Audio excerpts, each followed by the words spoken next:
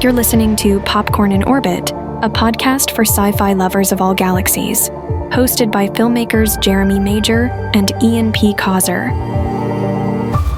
Hey everyone, how you doing? It's Jeremy here in Canada. I've got Ian in Great Britain. How you doing, Ian? I'm good, Jay. How are you? I'm well. And we have a friend of the podcast here with us today, Nathan Fleet, who is the founder of the Hamilton Film Festival, now in its 21st year. He's also a filmmaker, producer, director, and I know he's always working on stuff. And so we're going to hear a little bit about that. Nathan, welcome. Thank you very much. Thank you for thank you to all the guests that turned down this opportunity, and eventually you arrived at my name. So thank you. Oh yeah, we went through hundreds of no's before we got to you. Speaking of 100. Yeah, speaking of 100, Ian, set up what's coming up, and then I want to ask Nathan a few questions here. Okay, so Empire Movie Magazine recently published their readers' poll of the 100 greatest movies of all time. Don't worry, We're not going to go through all 100, but we are going to look at the top 20 because these are voted for by readers, not critics or reviewers. So it's going to be interesting to get in there and see what the public ranks in their top 20 greatest movies. Yes, are the British people correct in their choices? Yeah, I mean, Empire does have a worldwide readership, but I would imagine the majority of respondents would be British. So yeah, it'd be interesting to see how many British films are in there. It will be, if any. If any, we will see. All right. In the meantime, Nathan, you've been working on some films lately. I think you've probably released like 17 films since we last had you on the show. Does that sound accurate? Well, probably in the works right now. One project per year, I think, is where I'm sitting. Like. Yeah. So what's your latest project? Latest is a web series. It's called Phone, the musical series. It's like a micro musical, meaning it's very short. It's not like a 21 song musical. There's 7 songs, and I have 7 episodes. So each episode there's a new song, and it's about a teenage girl whose phone is stolen while she's on her way to her debut session at a recording studio, and she has no way to navigate without her phone. So it's kind of an interesting take on how dependent we are on our devices and what happens when they're gone. So teenager loses her phone. Is this a horror movie? No, that was a joke. Right. It could be horror. Yeah, it's a family friendly musical series with drama in it. And I release one episode every Thursday. So currently we're, at the time of this podcast, 3 of the episodes have been released. And this is on YouTube. People can watch this. And that's on YouTube, just on my YouTube channel. And you're a composer. So like you wrote the music, and some of it not even recently. Like you have a repertoire. Yeah. So there are songs that I wrote probably like 1998, so almost 30 years ago, that never really did anything. We recorded them as a band, but we never really released them. And I've always liked some of those songs. Yeah. And almost 30 years later, I wanted to kind of repurpose them. And they seem to fit the story. It just seemed to work like a happy accident. Yeah, that's awesome. So some of the songs are old and some of them are brand new. And so the series also comes with the soundtrack. So I made a vinyl and CD and digital release on Bandcamp. So it was it's kind of nice to do both, wear both hats, a filmmaker and a musician. Yeah, that's great. Release them both simultaneously. And then you guys recorded these songs in like a pretty neat studio. Yeah, it's very historic. It's called Grant Avenue Studio in Hamilton. And the list of clients there is massive and includes like U2, Johnny Cash, Sarah McLachlan, and Gordon Lightfoot. The list goes on and on and on. And we're a very small contribution to the musical history at Grant Avenue. But the story is also set at Grant Avenue Studio. So the studio that the teenage girl's heading to record the song is Grant Avenue. So we were lucky enough to actually get access to the studio, but also to use the name of the studio within the story. So it's very uniquely Hamilton.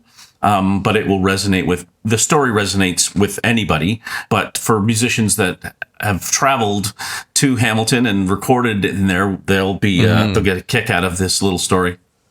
I think it's neat because, and I joined you guys a little bit on set, and what's neat about this Grant Avenue is, it's an old house, and it's in a residential area, but you go inside, and as much as it's not, that big, it's just got this vibe, and there's the records on the wall and all the, like the awards and the I don't know what it is, like the platinum albums that have come out of that place. Like there's so much legendary history there. You just kind of feel it. It's neat. Yeah, that if these walls could talk kind of vibe when you walk in, you just feel like you're in a special place. And this is their 50th anniversary year. Oh, okay. So it was kind of nice to be part of that little milestone, you know? Yeah, I'm excited for people to see it. Grant Avenue is featured prominently in the 7th episode. Okay. But it's sprinkled throughout the series. Sure. And so if somebody wanted to watch it, where would they go? Just YouTube and look up my name, Nathan Fleet, and it's a playlist on my page, and it's Phone the Musical Series. Soon to be in the top 20 of Empire readers. Yeah. I wish I'd have gone there now. I didn't know that studio was in Hamilton with that kind of history. Well, Ian, when you come back to Canada, we'll take you there. Yeah, because U2 and Cash in my top 2. But if you look at the list, there's so many, dozens and dozens of amazing artists that have recorded there. Awesome. And this is wild because I'm pretty sure last time you were on here, you were talking about a found footage horror movie you made. Oh, right. And now, that would have been now just we're talking before. about a teen musical. Yeah. Family friendly musical. Very different. You're always exploring different regions of your filmmaking capacity. Yeah, and I always want to use different techniques and styles. So, like, Phone was shot on my iPhone. Like, it's shot on the iPhone 15, and it's called Phone, and we shot it vertically.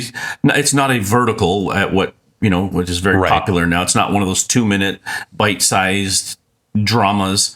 They're anywhere between 4 and 6 minutes long, but it is shot vertically because it's meant to be watched back on your phone.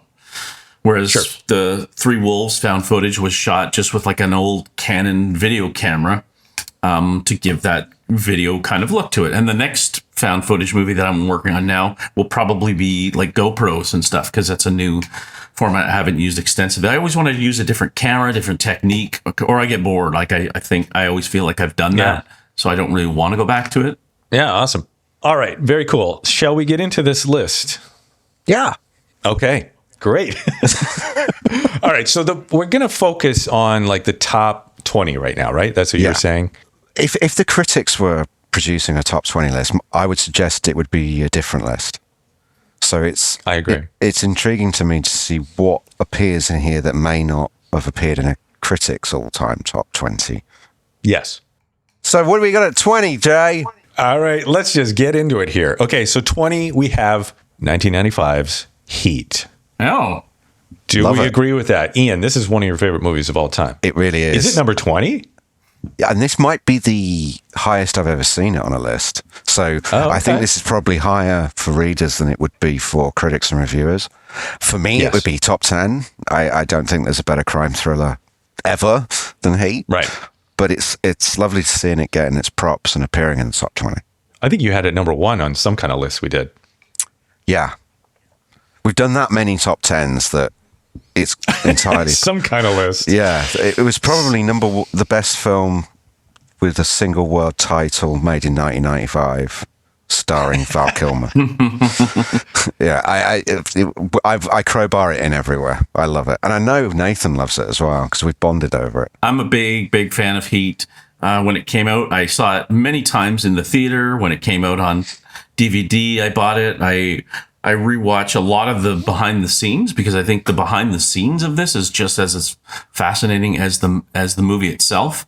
Oh, okay. I really liked it, and a longer movie. So I remember when it came out, there were people around me that some loved it, but some were like, it's too long, and Al Pacino just yells the whole time, that kind of thing. But I think over time, it's you go back and revisit a lot of movies, and this was really a standout film.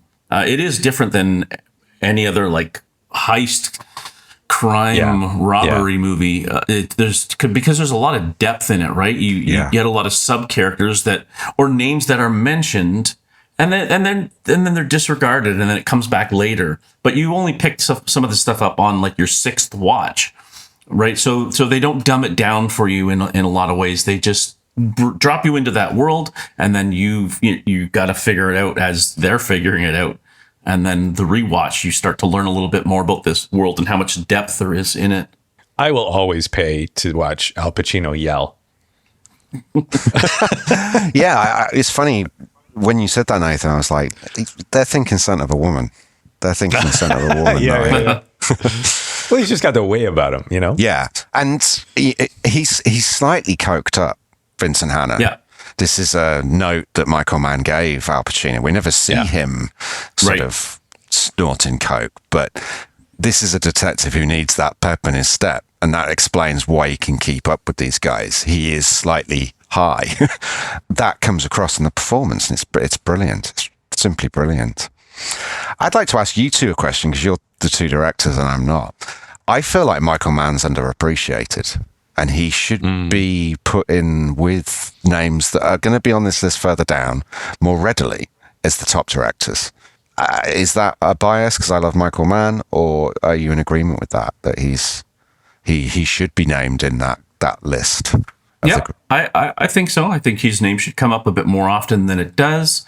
I think amongst like actors, they all want to work with him. They all want to go to the school of Michael Mann. Just the way he captures things, right? But yeah, I love his work. You know. Yeah. I thought the Insider is also another one of my favorite movies of Michael Mann. It's just a brilliant piece of art. Yeah, he's great, and I'm excited for Heat 2. Yeah. Yeah, he wrote the novel. Yep. And yeah, I can't wait for that. That'd be amazing. Absolutely amazing. Okay, well, we just spent 10 minutes on one film. So okay. Pop Pickers in at 19. So maybe Heat needs to bump up the list a little bit. Yeah, I'd say it needs to be a little higher. Okay. Yeah. All right. Number 19 is Interstellar, Christopher Nolan's 2014 hit. How do we feel about that?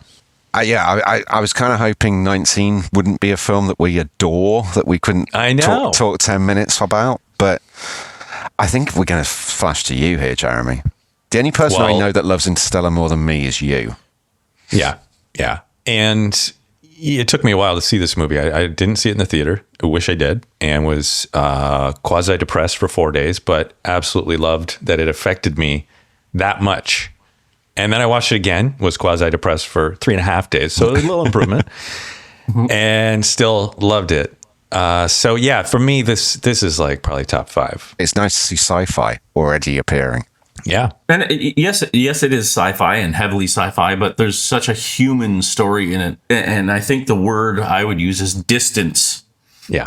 Right. That's the moment he has to leave his daughter behind. Like when you have daughters and you see that moment, it's like, it's heartbreaking, heartbreaking. And so to me, it strip away the sci-fi, which is brilliant in it. And it's that distance that kind of pulls on you, and you just want the character to return. You want that relationship to be bonded again. Yeah. And I think that's really what got me in that movie is how well he captured that distance. You know, you felt it. I'm going to have to drop out of this episode and go curl up in a ball right now, guys. Sorry.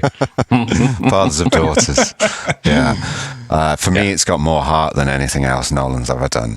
And for me, it's his best. But this list suggests otherwise. Number 18, we have Terminator 2, Judgment Day. Judgment Day, James Cameron's 1991 hit. How do we feel about that at Love 18? It. Yeah. Love it. More sci-fi. Is that the right spot for it? Yeah, I think that's about right, actually. Yeah, it's not bad. I definitely have it in my top 20, not in my top 10. So yeah, perfect. Then we've got 17, Alien. This is 1979, Ridley Scott. More sci-fi. Wow. This should be in the top 5, 10 maybe. Of all film genres, all time, you're putting it top 5. I am, yeah. Yeah. Nathan? Yeah, I think it probably should be higher, just given its impact on film and filmmaking and copycat films, that kind of came after that in space, isolated, something's on the ship. I'm just going to go back quickly to 18 is like, I always have a soft spot for the originals. So for me, like I would pick Terminator over Terminator 2, even though Terminator 2 is bigger, more groundbreaking effects and stuff like that. But I don't even know if Terminator's on the list coming up, but I would put Terminator, the original, over Terminator 2. I saw Terminator 2 before I saw Terminator 1. And so for me, Terminator 2 is the original classic. Is the entry piece, right? Is the entry piece. Enter Terminator into 2. Yeah, it was hard for the first one to measure up to that. I'm exactly the same, Jay. I saw T2 first. And so I don't know why that is. I think it's just maybe the year of release to our age. I don't know. Because it came quite a few years after Terminator. It wasn't like... Yeah. A bit like Avatar. He does like to take his time, doesn't he, as he's working on sequels.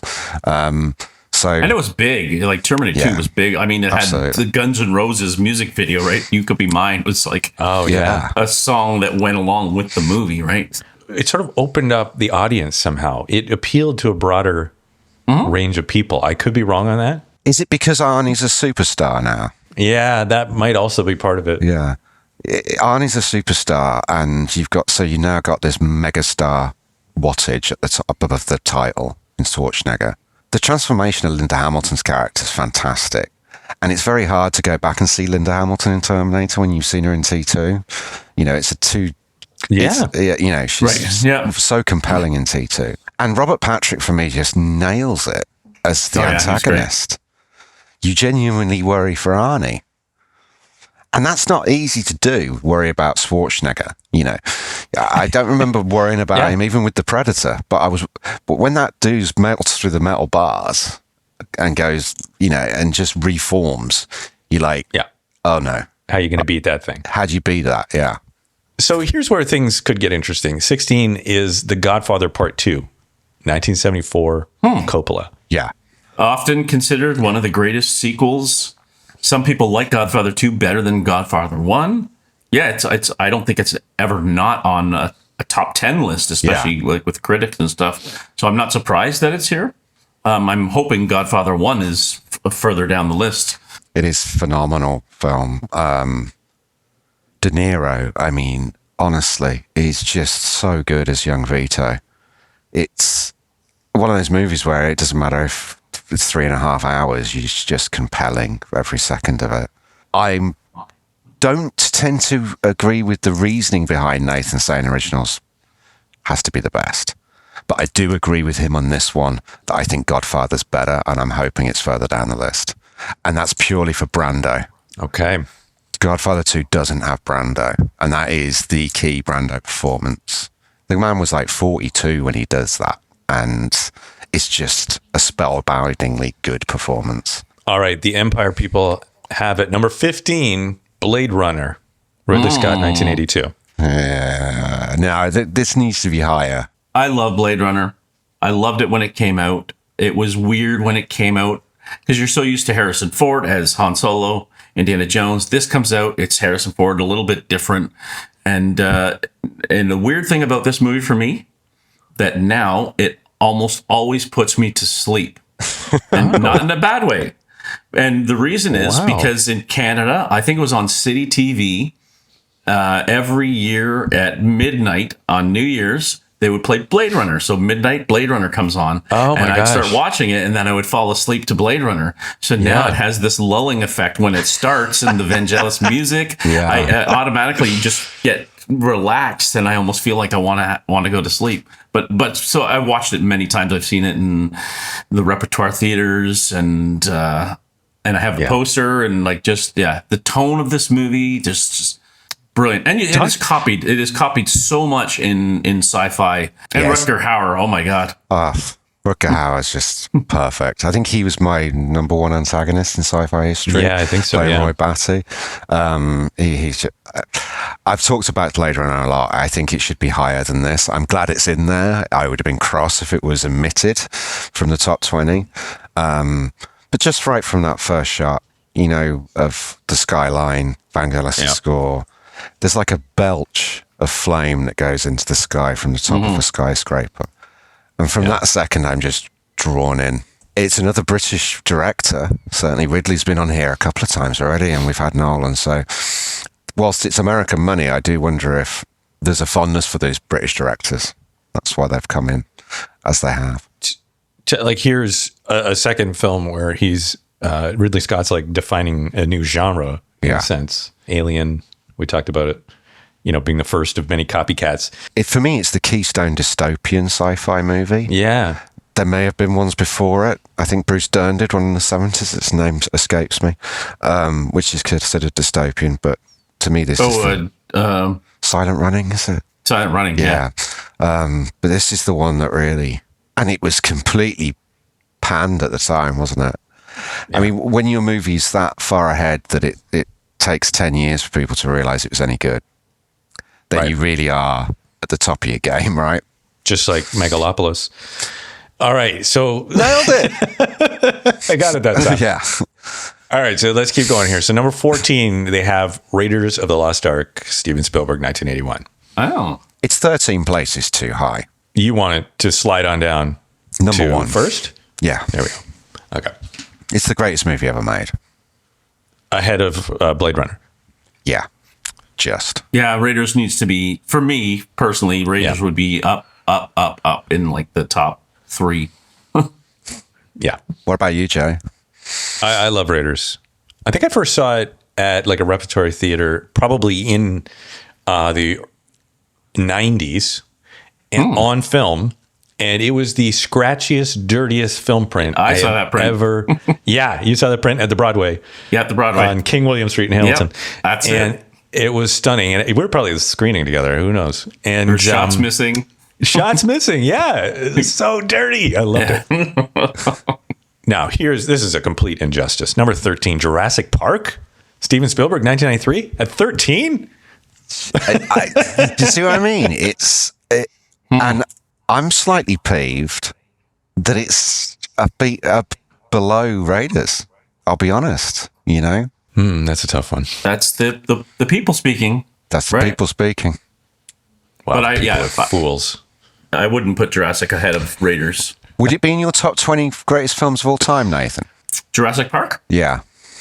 Probably not. Yeah, I don't think it would be in mine either. Well, nice knowing I you. loved it. I did love it. I did love it, and I saw it a lot at the theater. I went a bunch of times, and I love. And the score is one of my favorite scores. Yeah, I think the music of Jurassic Park is just beautiful. But I don't know if it would be up that high. Like there's other Spielberg ones I would put above. Jurassic Park. Raiders being the number 1, and then I'd put Jaws and I'd put E.T. in there. Interestingly, E.T. was at 92 in this poll. So we'll talk about that in the end. No. That doesn't seem right. Yeah. No, it's not. That seems to be a problem. All right, number 12 is Robert Zemeckis' 1985 hit Back to the Future. Over to you, Jeremy Major. Oh. Also, yeah, I love this film. Yeah. Would I like to see it at number 12? No, I'd like to see it further down the list. I thought if it was going to be a Zemeckis movie that Forrest Gump would have been the one that landed in the list, but I'm great. It's great to see it up there because it's such a perfect movie. Like it just moves and moves and moves and moves, and you root for them. And I don't believe Forrest Gump is even on this list. Didn't even make the top 100. I think if it was a critic list, yeah, I think if it was critics, it would have been in there. Yeah. So this is I'm glad to see back. Maybe. All right, moving right along. Number 11, Pulp Fiction, 1994, Quentin Tarantino. Is better than Interstellar? Is it better than Heat? Is it better than Jurassic Park? Is it better than Raiders? Is it better than Back to the Future? Apparently it is. I've lost all respect for Empire. I'm not so sure. No, it's not Empire, it's the Readers. No, I know. Yeah. Wow. Now, I think it is Tarantino's best. Does it hold up? Have you seen it in recent years? I find Tarantino to be a classic auteur, brilliant, but I don't think I've ever seen any of his movies more than once. And I watch a lot of movies more than once, but rewatches on Tarantino. So I don't know if it holds up. I would imagine it would. After that movie came out, there was so many movies that followed that style and the out of order editing of the way the scenes moved around. My favorite Tarantino movie is Once Upon a Time in Hollywood. I think that one is his absolute masterpiece. That is my favorite one of Tarantino's. So personally, I would replace Pulp Fiction with that. But I think for its cultural and impact on the film industry, it definitely deserves to be in this reinvented Travolta as well. He kind of disappeared, hadn't he? Yeah, he brought him back. And it brought him back big time. Once Upon a Time in Hollywood is number 76 on this list. Oh, so it is on there. So it is there. But it probably did, or for sure it did not have the impact that Pulp Fiction did in cementing Tarantino as a director. Yeah. Okay, I'm going to keep moving here. Number 10, The Dark Knight, 2008, Christopher Nolan. Ian? Well, it's 10 places ahead of Heat, which is interesting because Dark Knight completely steals the opening of Heat. An homage, shall we say. So I'm going to say The Dark Knight is a sequel to Heat, so it should be below it according to Nathan's rules. A sequel to Heat. That's right. Without Heath Ledger and that astonishing performance, I'm not sure this movie is as great as pop culture and critics love it. You know, greatest comic book movie of all time. But I do think Heath is taking the majority of the water on that.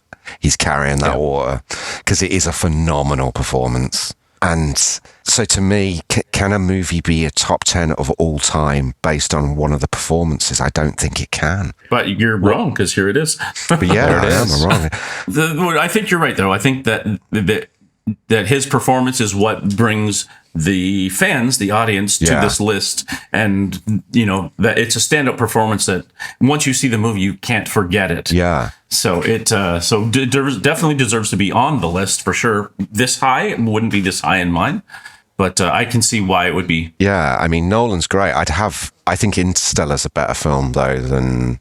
I think Interstellar was 19, Dark Knight's at 10, so I disagree with your order. Let's put it that way. Yeah, to me, when I think of Christopher Nolan, I don't think of these Batman movies. No. I think of his really original concepts like that really stretch your mind. These are a little more sort of standard fare. Yeah.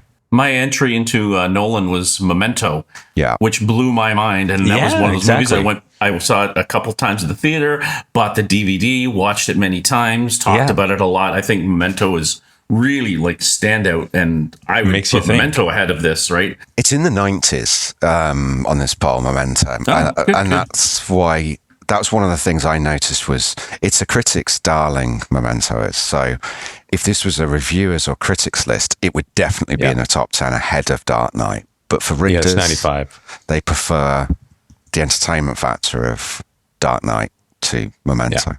Number 9 is The Lord of the Rings, The Fellowship of the Ring, 2001, Peter Jackson. So is that the first one?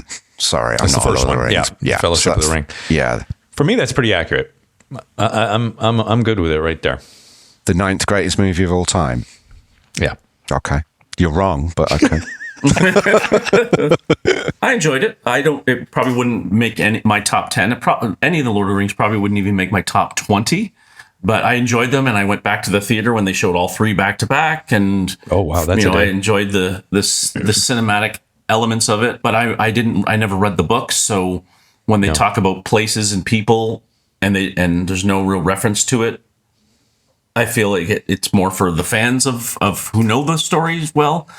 So I missed a lot of stuff in it. So yeah, I probably wouldn't have this in the top 20 personally, but I can see why it is up there because the books and the movies became so popular, and all the spin-offs and everything.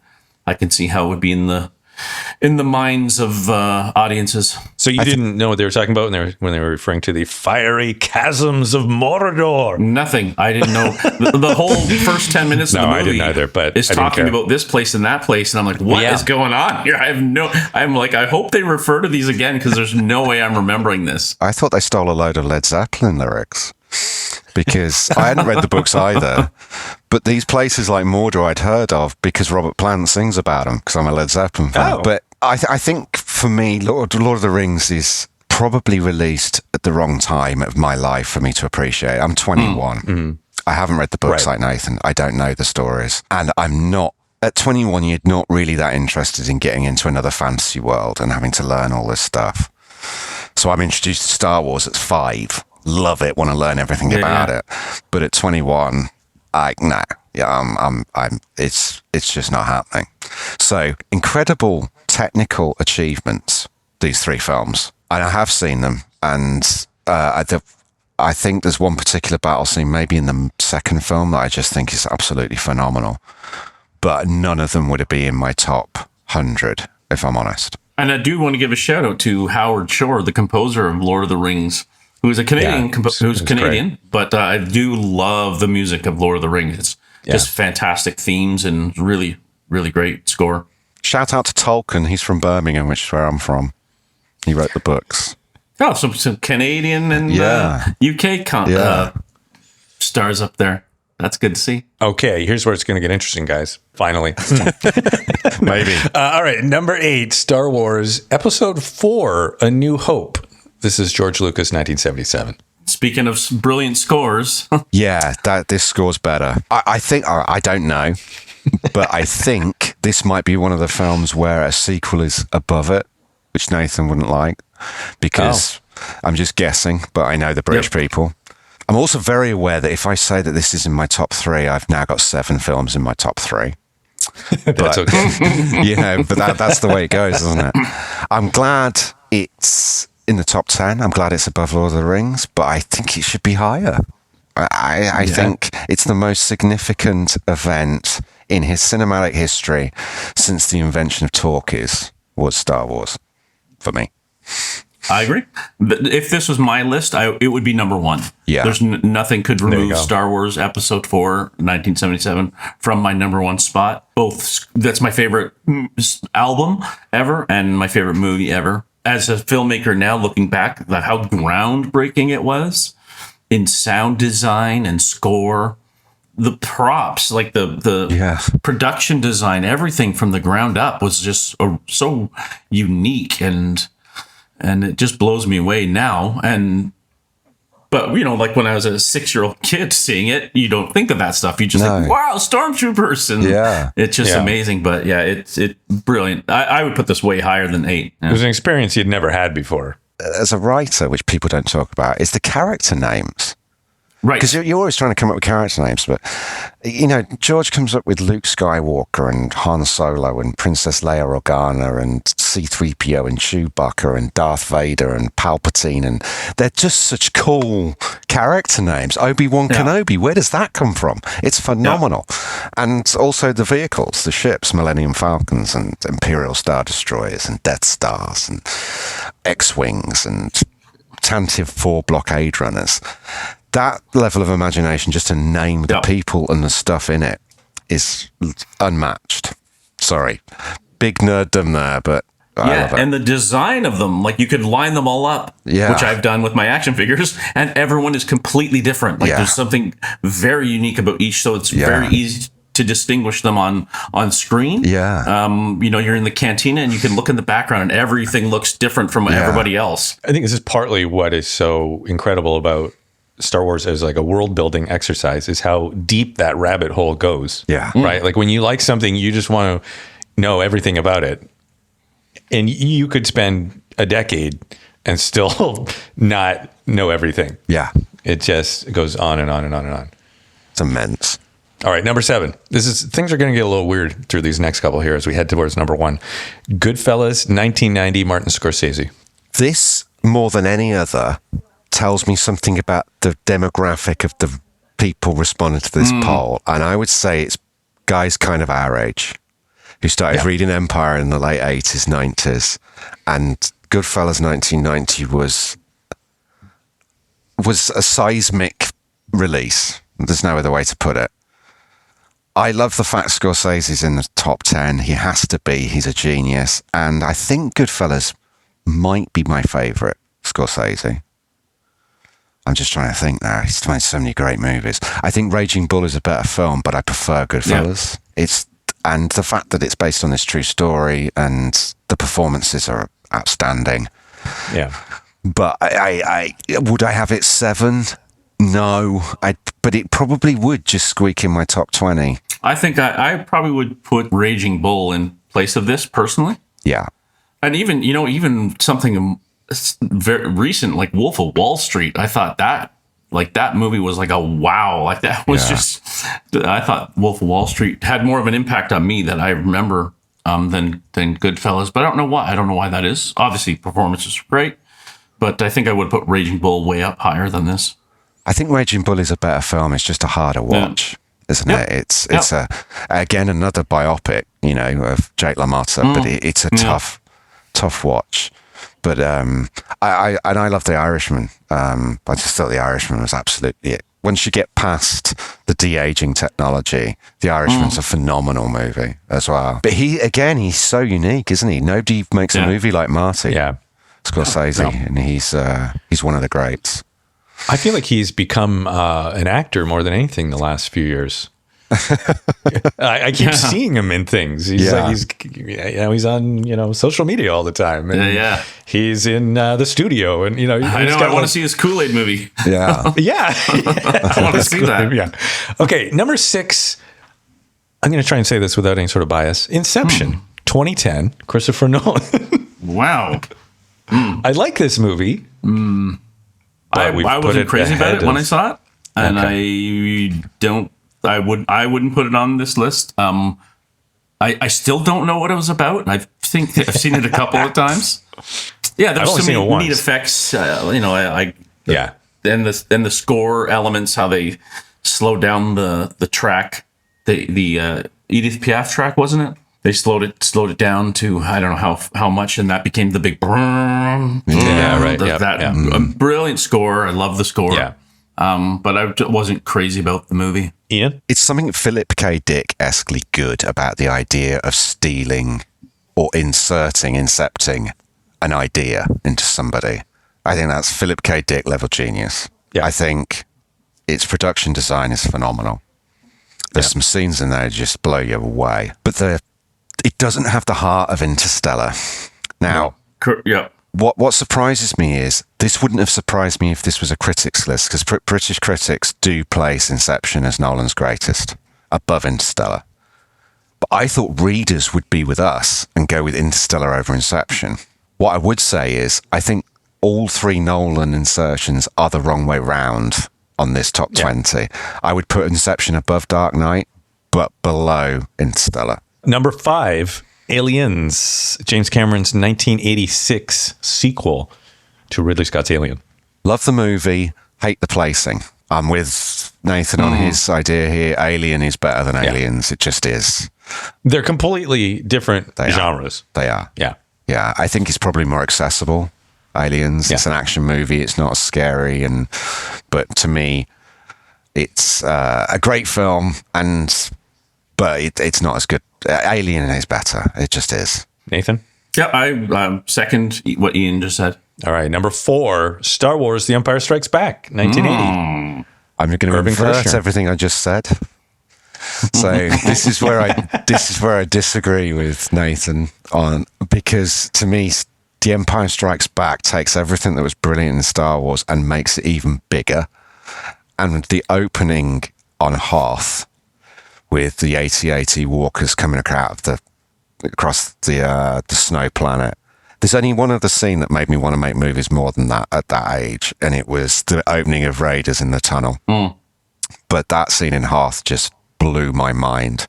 So and the reveal, nowadays you'd probably know what the reveal is, who Luke's father is, but it's a massive shock when you see Empire in the 80s and you're like, oh my God, so it's exceptional. I do think it deserves to be above A New Hope, simply because it does everything A New Hope does, but bigger.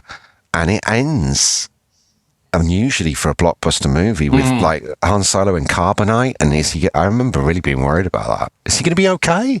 Yeah, and we had to wait 3 years to find out. Yeah. It's at 4, probably should be higher.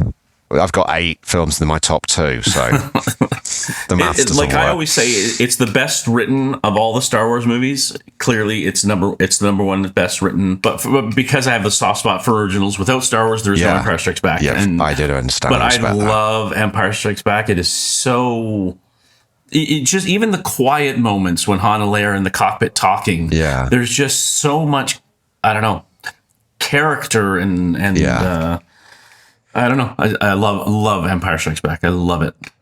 My wife won't let me buy the $5,000 Han Solo and Carbonite life-size prop, but one day. One day, that's what... As great as it is, guys, it's not as good as number 3, The Shawshank Redemption, 1994's Frank Darabont film. Is this the only non-sci-fi movie in the... I haven't seen what number 2 or 1 is, but... This is going to be my overriding feeling, actually, as we're going through this, is how many sci-fi's got to be the winning genre in the top 20. How cool is that? Sci-fi fantasy, yeah. It's a funny thing because when we were at Comic-Con, we were talking about how sci-fi is often ignored.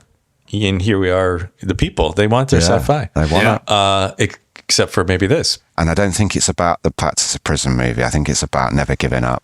I think it's about never quitting. And I think that resonates with the British public in particular. And it is beloved over here. It is beloved. It did well here, even when it didn't do well everywhere else when it first came out. And I know it found its life on VHS, but it's beloved because of the message and the importance of the friendship. There's something beautiful about that friendship. They're not related. They're not brothers. It's not a romantic relationship. It's just a true friendship. And I can't think of a sweeter portrayal in a kind of mature film of friendship, male friendship, as that. And I think this is kind of where Stephen King shows his maturity too. Darabont, because he did The Green Mile as well, and he was very good at these sort of movies and showing those male friendships. I'm not surprised it's there because I know how much it's loved in this country, and it would be in my top 20, but not at 3. Nathan? Yeah, I would put it in my top 20 as well. I love the movie, saw it a few times at the theater and then bought it and watched it again. And every time it comes on TV, I'll stop and watch a scene. It's just so masterfully done. The scene on the roof is, when he tells the guard that, how to move his finances around it. And all he wants is to get beer for his buddies, right? That's all. Yeah. Which is just an amazing, amazing scene. All right, number 2. Francis Ford Coppola's The Godfather. Okay, 1972. I'm surprised because usually this sits at number 1 for a lot of people. I wonder what number 1 is actually going to be. Yep, I agree that it should be above Godfather 2 for all the reasons that the critics will say and fans. Just brilliant. I mean, the transition that Al Pacino goes through in the middle of that movie, and most people know the backstory, how Paramount didn't want Pacino and they wanted other people, and Coppola kept pushing for Pacino, and for the right reason. Like, you can see it in this movie. His quiet transition is just amazing. And of course, Brando's performance. Ian, any thoughts? Yeah, well, number 2? It's the only film where people say, if somebody says to me, oh, the greatest movie ever made is The Godfather, that's the only one that I never argue with. Even though I'd say that technically the greatest movie ever made is The Searchers, which isn't even on this top 20 list from 1957. But I never argue with The Godfather because I understand why it's brilliant. It's just brilliant. From the script to the direction to the acting, it's all brilliant.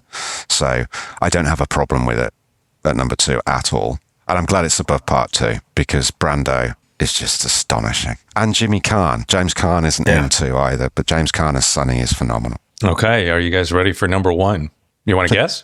Please don't be Citizen Kane. Please don't be Citizen Kane. Yeah, I'm thinking, I already know that It's a Wonderful Life was down further, so I'm thinking a Citizen Kane or an Alfred Hitchcock Psycho or something like that. Okay, number 1 is a little film called Jaws, Steven Spielberg, 1975. Whoa! Yes! The British people have spoken. They've spoken and proven that they're sensible and intelligent humans. Can we live with this? Jaws, yeah. Nathan, can you live with that choice? I can live with that. I think I actually spoke about Jaws at Comic-Con as being the greatest movie ever made. I think you did. Yeah, I think that quote came out of my mouth. An Orby? We've even done an episode on Jaws, and we're a sci-fi podcast. Yeah. That's how much you and I love Jaws, right? Any excuse to talk about it, really. Yeah. So there's probably not much more to say right now, except good job, the people of Empire. Yeah. So it looks like Nolan, Ridley Scott, and Spielberg take the top spot because they each have 3 movies in the top 20. Yeah. Okay. if you're sensible and take out The Dark Knight and put in E.T., Spielberg wins for 4. Yeah. E.T. got lost in the shuffle. Or Saving Private Ryan. Yeah. Or Schindler's List. A little bit lost. You've got to love the amount of sci-fi in that top 20, Jay, right? I do. All right. So let's wrap this up. Nathan, what's next? Well, I'm working on another found footage movie called Sault Ste. Sioux, which is set in Sault Ste. Marie, Canada. Say that quickly 3 times. Yeah. So I know it's a weird title, but it has some meaning in there. So. All right. Very cool. We'll look for that. And also the film festival, if there's filmmakers out there thinking about looking for somewhere to submit their film, do you have a theme this year? Is there something people should know? No, there's no theme at all. But it's everything. We accept everything. We really focus on independent movies, nothing that has big distribution. We want the indie gems that no one has discovered. And for listeners of this podcast, if you use the code HFFTake21, you will get 21% off your submission fee. Okay, very cool. Thank you for that. Ian, any final thoughts for the good people? We're on YouTube, we're on Instagram. You can like and subscribe and throw sheep, whatever you do. I don't know. But yeah, just continue to support the pod. Thank you for listening. Nathan, thank you for being here. Thank you, Nathan. Thank you for having me. And we'll catch you in the next one. Take care. Popcorn in Orbit is produced by the Shooting Eye and Ice River Pictures.